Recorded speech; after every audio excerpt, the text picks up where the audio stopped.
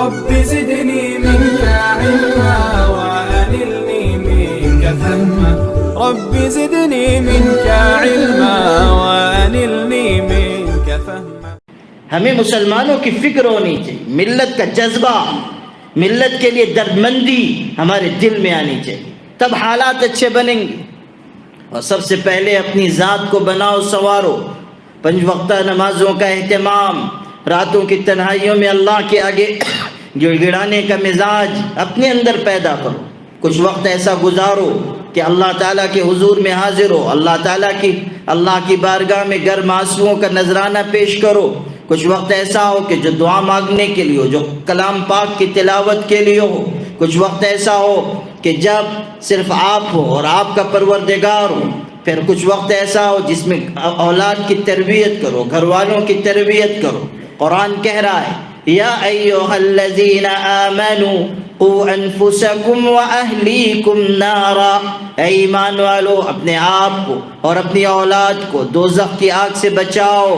اپنے آپ کو، اپنی اولاد کو دوزخ کی آگ سے بچاؤ. وقودها الناس والحجارہ، جہنم کی آگ وہ ہے کہ انسان اور پتھر اس میں جلائے جائیں گے. سخت ترین آگ ہے.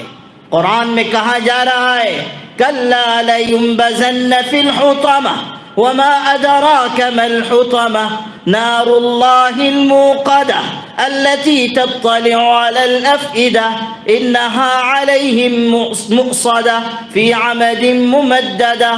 ارشاد ہو رہا ہے کہ یہ جہنم کی آگ خدا کی دہکائی ہوئی آگ ہے. یہ معمولی نہیں ہے، دلوں تک پہنچ جاتی ہے، جسم کو چیر کر دل تک جائے گی. حضور صلی اللہ علیہ وسلم تشریف رکھتے ہیں، حضرت جبریل انسانی شکل میں آئے، چہرے کا رنگ اڑا ہوا تھا اور گھبرائے ہوئے تھے. حضرت عمر راوی حدیث ہیں، کہتے ہیں کہ حضور بھی گھبرا گئے. ان کو اس حالت میں دیکھ کر پوچھا جبریل کیا ہوا کہ تم ایسے پریشان اور گھبرائے ہوئے ہو؟ تو حضرت جبریل نے کہا اللہ کے رسول آج جہنم کی آگ کو دہکانے کا حکم دیا گیا تھا اور وہ دہکائی گئی. وہ منظر میری نگاہوں کے سامنے ہے، ڈر گیا، خوف زدہ ہو کر آپ کی بارگاہ میں آیا ہوں. حضور نے فرمایا ذرا بتاؤ وہ آگ کیسی ہے؟ حضرت جبریل نے کہا اللہ کے رسول اس آگ کو 1000 سال تک جلانے کا حکم دیا گیا اور وہ جلائی گئی تو وہ سفید ہوئی. پھر 1000 سال تک جلانے کا حکم ہوا، جلائی گئی تو وہ سرخ ہوئی. پھر 1000 سال تک جلایا گیا تو وہ کالی ہوئی. فَإِذَا هِيَ مُظْلِمَةٌ سَوْدَاء، اب وہ کالی کلوٹی اندھیریوں والی آگ ہے.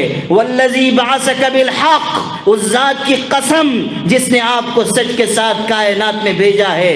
اگر وہ آگ سوئی کے نوک کے برابر دنیا میں ظاہر کر دی جائے تو ساری مخلوق پر موت طاری ہو جائے گی. وَالَّذِي بَعَثَكَ بِالْحَقِّ، اس ذات کی قسم جس نے آپ کو حق کے ساتھ بھیجا ہے.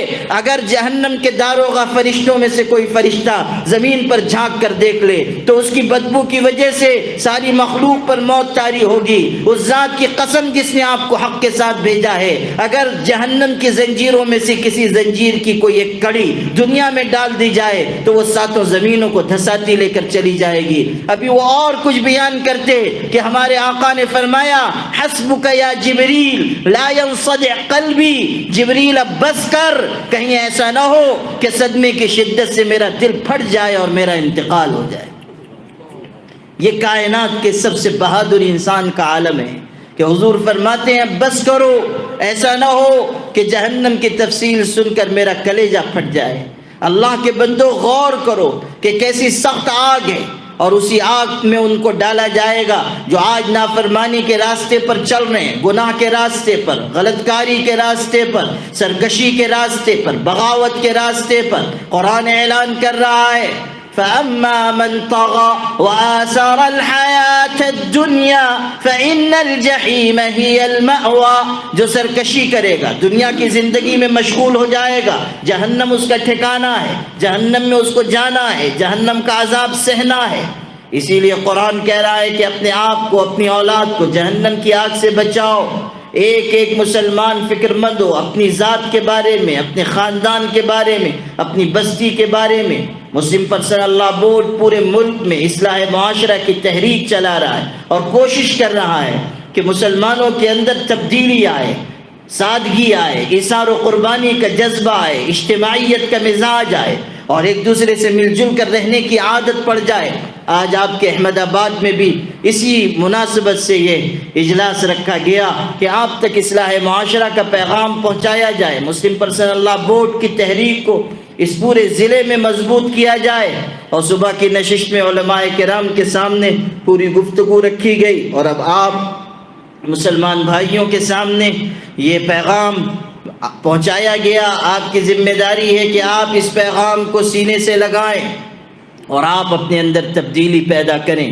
یاد رکھیے گا، اگر اب بھی ہم بیدار نہ ہوئے اور اب بھی اگر ہم نے قرآن پاک کی نصیحتوں پر عمل نہ کیا اور قرآن مجید کی بتائی ہوئی راہ کو اختیار نہ کیا تو پھر آپ کو کوئی اس ملک میں بچا نہیں سکتا۔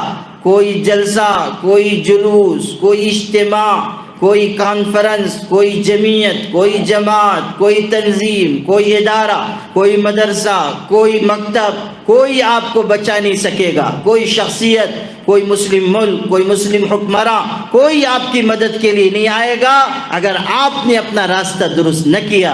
اپنے آپ کو بدلیے تب اللہ حالات بدلے گا، اور اپنے اعمال کو بدلیے تب اللہ احوال کو بدلے گا، اور اللہ تعالیٰ آپ کے اچھے اعمال و اخلاق کی بدولت ایسے حالات پیدا کرے گا کہ جو آج غالب ہیں کل مغلوب ہوں گے، جو آج حکمراں ہیں اللہ تعالیٰ کل ان کو حکمرانی کے تاج و تخت سے نیچے لے آئے گا، اور جو آج ذلیل ہیں خدا ان کو عزت دے گا، جو آج کمزور ہیں اللہ ان کو طاقتور بنائے گا۔ اور کیا عجب کہ یہ نظارہ دیکھنے کو ملے کہ نور کی یہ ایک کرن ظلمات پہ بھاری ہوگی، رات تمہاری ہے تو کیا صبح ہماری ہوگی۔ وآخر دعوانا الحمد للہ رب العالمین۔